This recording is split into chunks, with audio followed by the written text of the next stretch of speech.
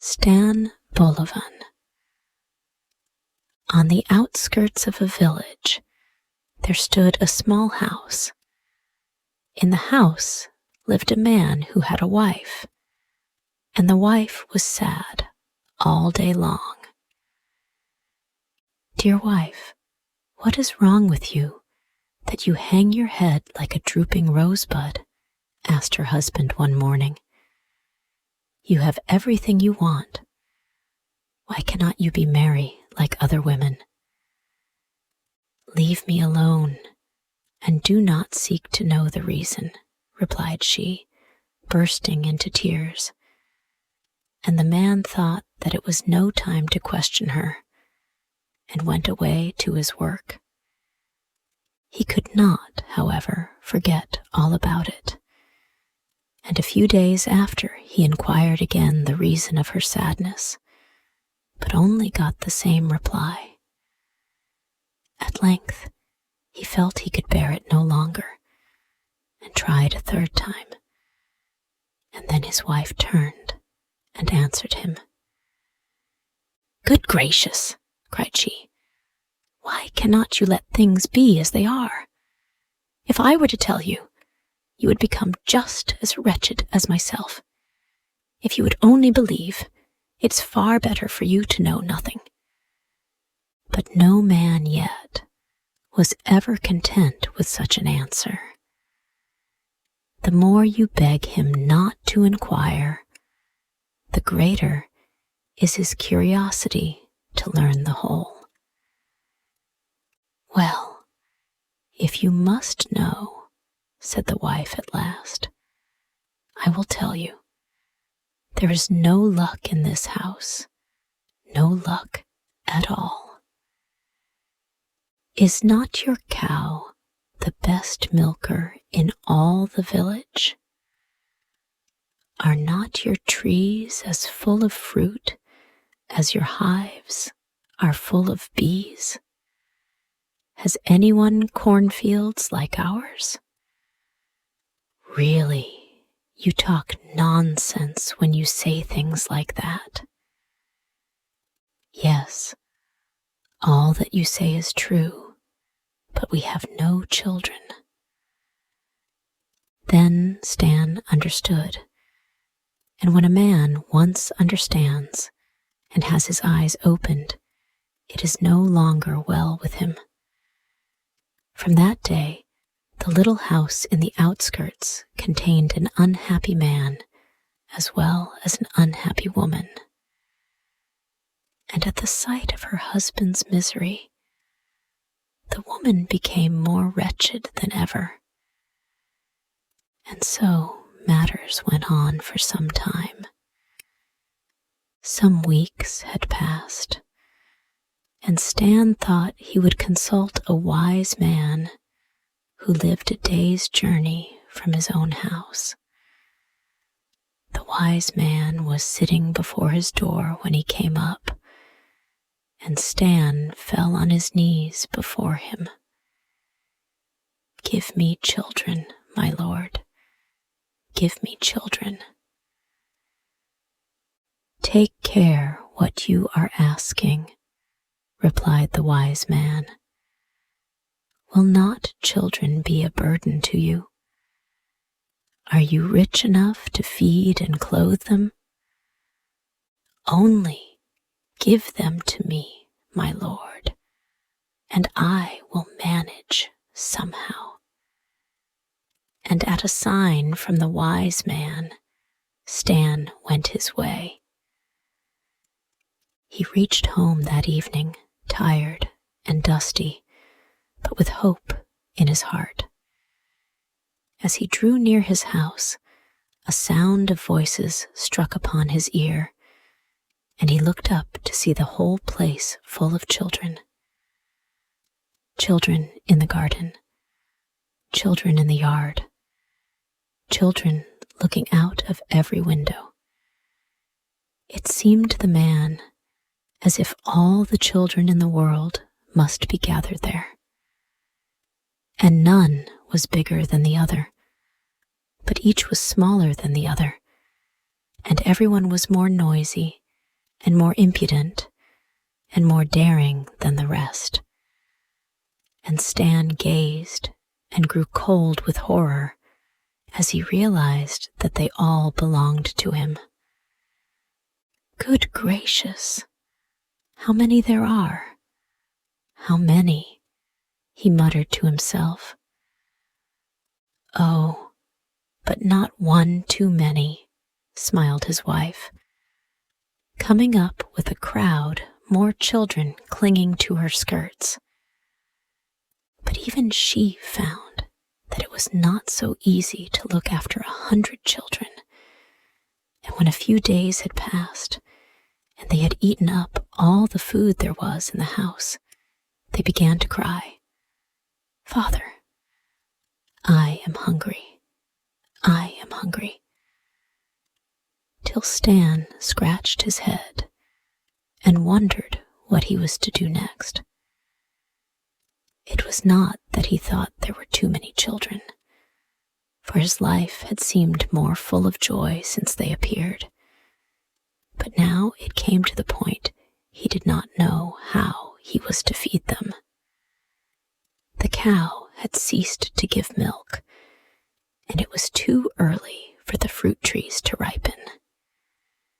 "Do you know, old woman," said he one day to his wife, "I must go out into the world and try to bring back food somehow, though I cannot tell where it is to come from." To the hungry man, any road is long.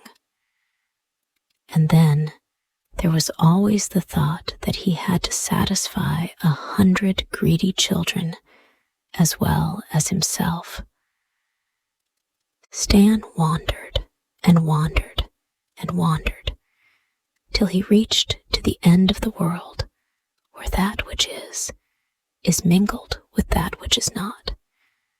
And there he saw, a little way off, a sheepfold with 7 sheep in it. In the shadow of some trees lay the rest of the flock. Stan crept up, hoping that he might manage to decoy some of them away quietly and drive them home for food for his family. But he soon found this could not be, for at midnight he heard a rushing noise, and through the air flew a dragon, who drove apart a ram, a sheep, and a lamb, and 3 fine cattle that were lying down close by. And besides these, he took the milk of 77 sheep and carried it home to his old mother, that she might bathe in it and grow young again. And this happened every night. The shepherd bewailed himself in vain. The dragon only laughed, and Stan saw that this was not the place to get food for his family. But though he quite understood that it was almost hopeless to fight against such a powerful monster, yet the thought of the hungry children at home clung to him like a burr and would not be shaken off. And at last he said to the shepherd, "What will you give me if I rid you of the dragon?" "1 of every 3 rams, 1 of every 3 sheep, 1 of every 3 lambs," answered the herd. "It is a bargain," replied Stan, though at the moment he did not know how, supposing he did come off the victor, he would ever be able to drive so large a flock home. However, that matter could be settled later. At present night was not far off, and he must consider how best to fight with the dragon. Just at midnight, A horrible feeling that was new and strange to him came over Stan, a feeling that he could not put into words even to himself, but which almost forced him to give up the battle and take the shortest road home again. He half turned. Then he remembered the children and turned back. "You or I," said Stan to himself, and took up his position on the edge of the flock. "Stop!" he suddenly cried, as the air was filled with a rushing noise, and the dragon came dashing past. "Dear me," exclaimed the dragon, looking round. "Who are you, and where do you come from?" "I am Stan Bolivan, who eats rocks all night, and in the day feeds on the flowers of the mountain. And if you meddle with those sheep, I will carve a cross on your back." When the dragon heard these words, he stood quite still in the middle of the road, for he knew he had met with his match. "But you will have to fight me first," he said in a trembling voice, for when you faced him properly, he was not brave at all. "I fight you?" replied Stan. "Why, I could slay you with one breath."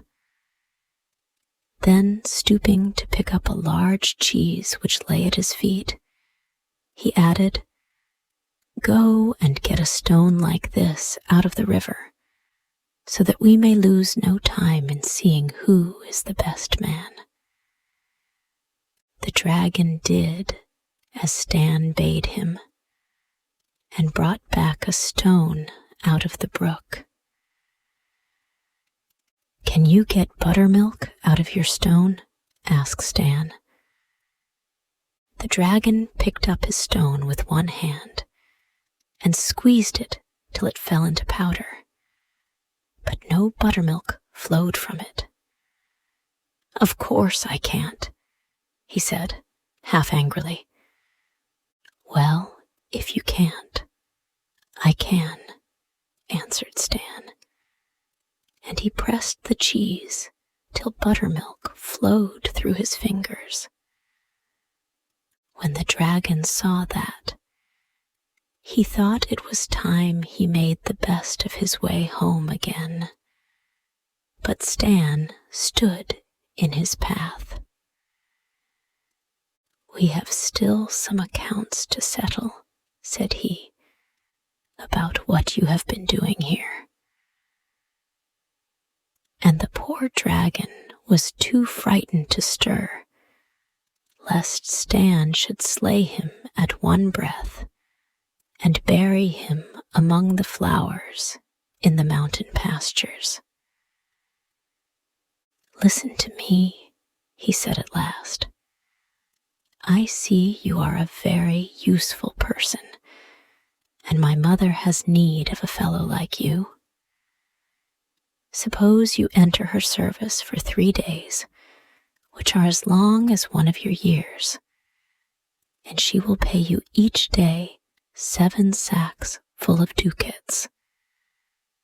3 times 7 sacks full of ducats." The offer was very tempting, and Stan could not resist it. He did not waste words, but nodded to the dragon, and they started along the road.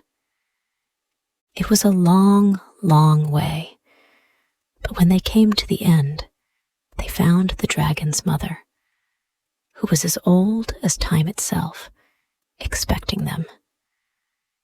Stan saw her eyes shining like lamps from afar, and when they entered the house, they beheld a huge kettle standing on the fire, filled with milk.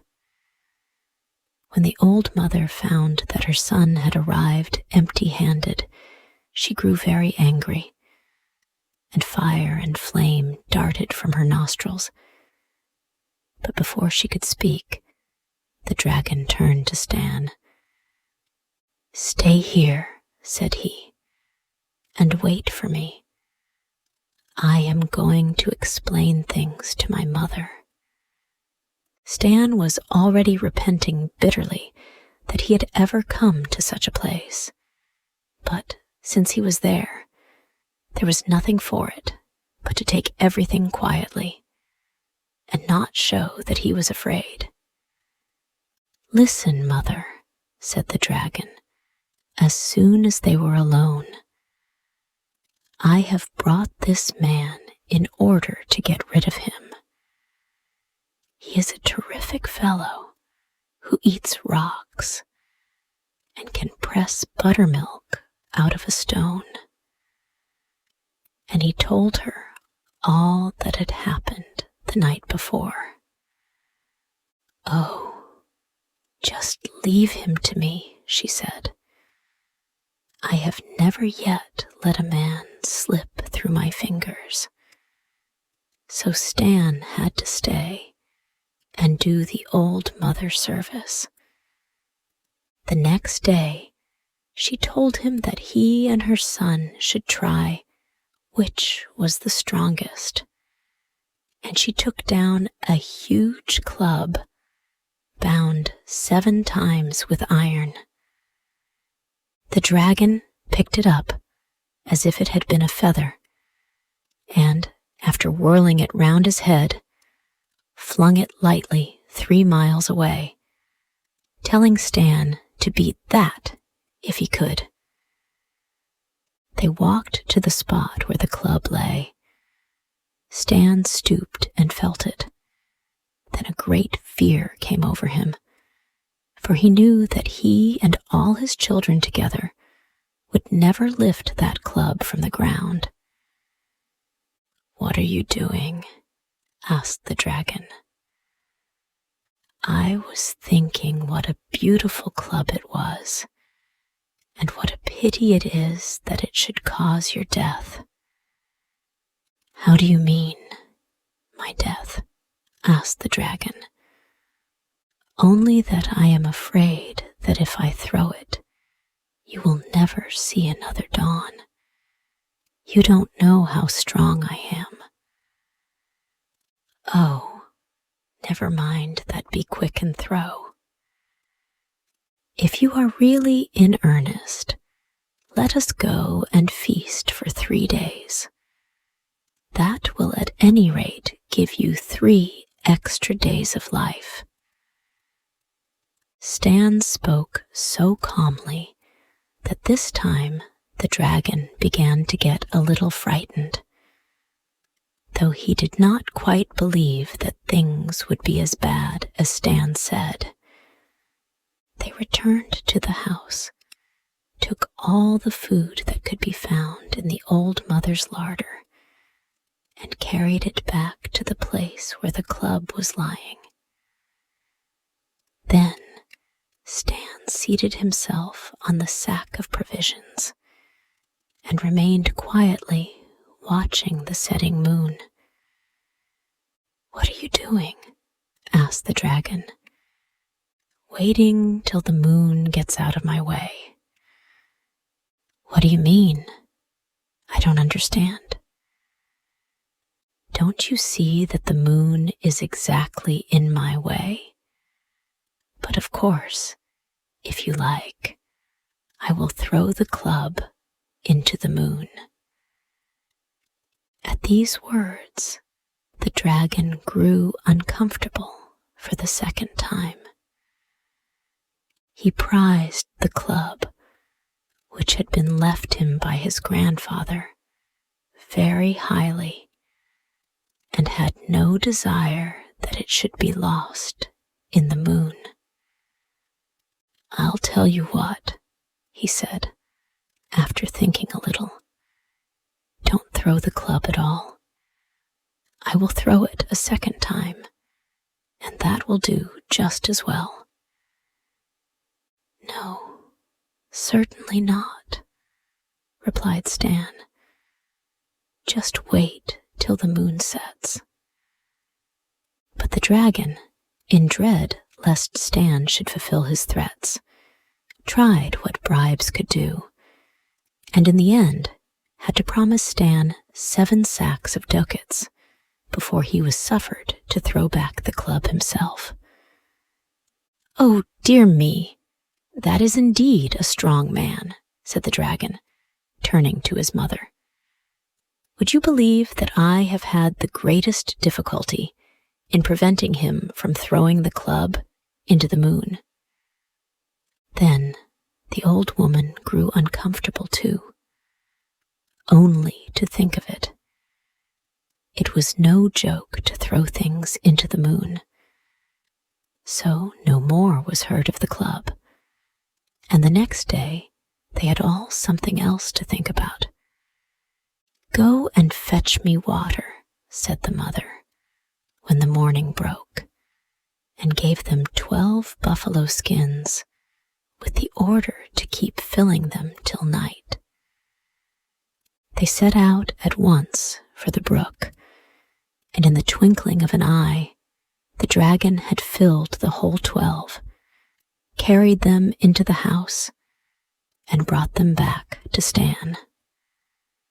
Stan was tired.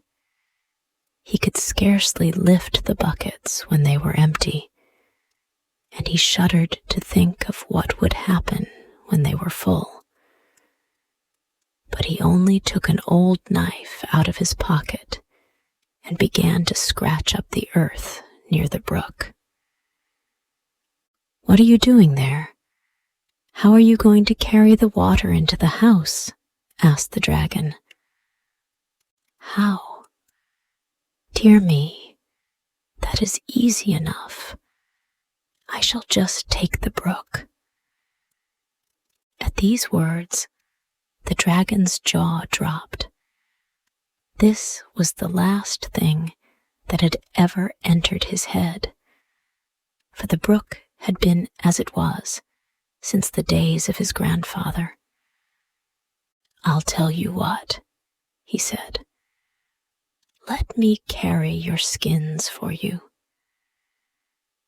"Most certainly not," answered Stan, going on with his digging, and the dragon, in dread lest he should fulfill his threat, tried what bribes would do, and in the end had again to promise 7 sacks of ducats before Stan would agree to leave the brook alone and let him carry the water into the house. On the 3rd day, the old mother sent Stan into the forest for wood, and, as usual, the dragon went with him. Before you could count 3, he had pulled up more trees than Stan could have cut down in a lifetime, and had arranged them neatly in rows. When the dragon had finished, Stan began to look about him, and choosing the biggest of the trees, he climbed up it, and breaking off a long rope of wild vine, bound the top of the tree to the one next it.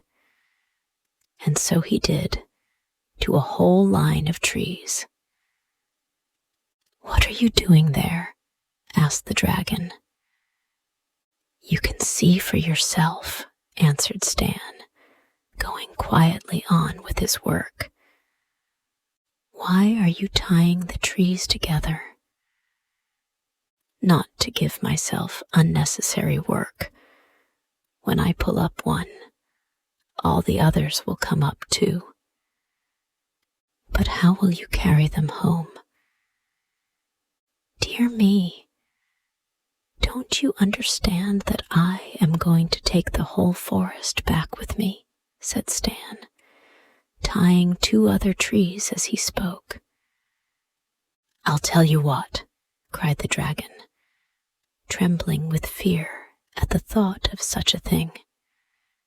"Let me carry the wood for you, and you shall have 7 times 7 sacks full of ducats." "You are a good fellow," and I agree to your proposal," answered Stan, and the dragon carried the wood. Now the 3 days' service, which were to be reckoned as a year, were over, and the only thing that disturbed Stan was how to get all those ducats back to his home. In the evening, the dragon and his mother had a long talk, but Stan heard every word through a crack in the ceiling. "Woe be to us, mother," said the dragon. "This man will soon get us into his power. Give him his money and let us be rid of him." But the old mother was fond of money and did not like this. "Listen to me," said she. "You must murder him this very night." "I am afraid," answered he. "There is nothing to fear," replied the old mother. "When he is asleep, take the club and hit him on the head with it. It is easily done." And so it would have been, had not Stan heard all about it. And when the dragon and his mother had put out their lights, he took the pig's trough and filled it with earth and placed it in his bed and covered it with clothes. Then he hid himself underneath and began to snore loudly. Very soon, the dragon stole softly into the room and gave a tremendous blow on the spot where Stan's head should have been. Stan groaned loudly from under the bed, and the dragon went away as softly as he had come. Directly he had closed the door, Stan lifted out the pig's trough and lay down himself, after making everything clean and tidy, but he was wise enough not to shut his eyes that night. The next morning he came into the room when the dragon and his mother were having their breakfast. "Good morning," said he. "Good morning. How did you sleep?" "Oh, very well. But I dreamed that a flea had bitten me, and I seemed to feel it still." The dragon and his mother looked at each other. "Do you hear that?" whispered he. "He talks of a flea. I broke my club on his head." This time, the mother grew as frightened as her son.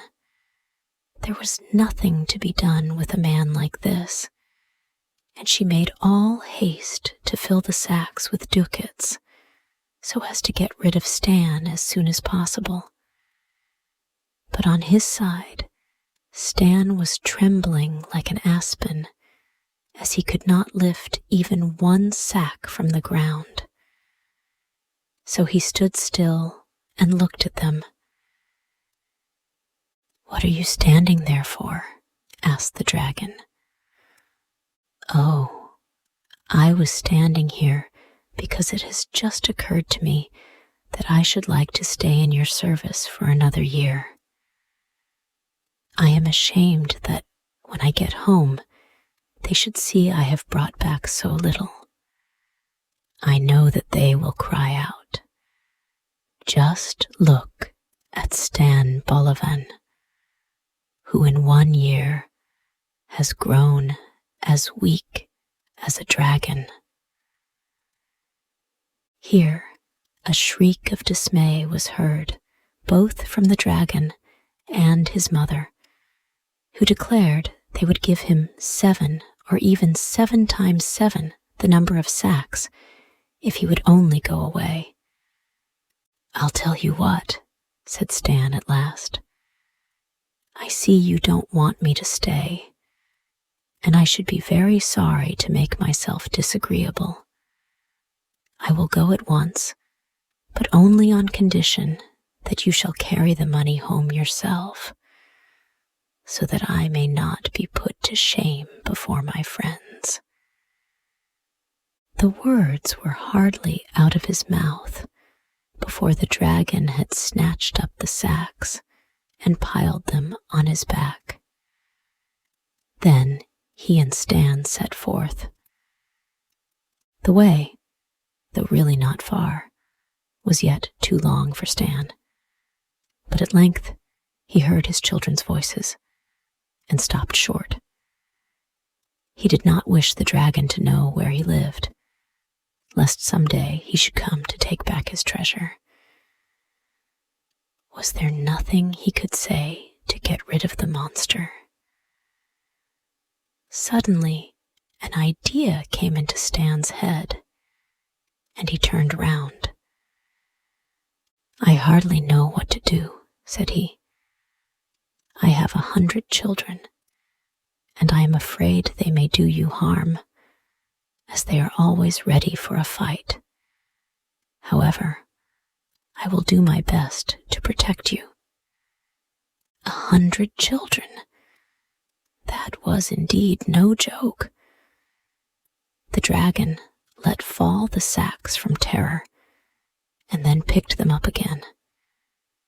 But the children, who had had nothing to eat since their father had left them, came rushing towards him, waving knives in their right hands and forks in their left, and crying, "Give us dragon's flesh.